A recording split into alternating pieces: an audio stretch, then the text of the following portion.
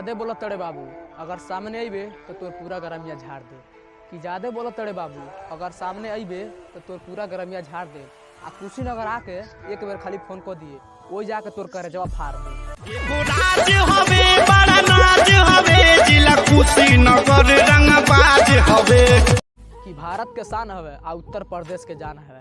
कि भारत के शान हवे आ उत्तर प्रदेश के जान हवे। लोगवा कहेले दबंग डिस्ट्रिक्ट, यह कुशीनगर जिला के पहचान हवे।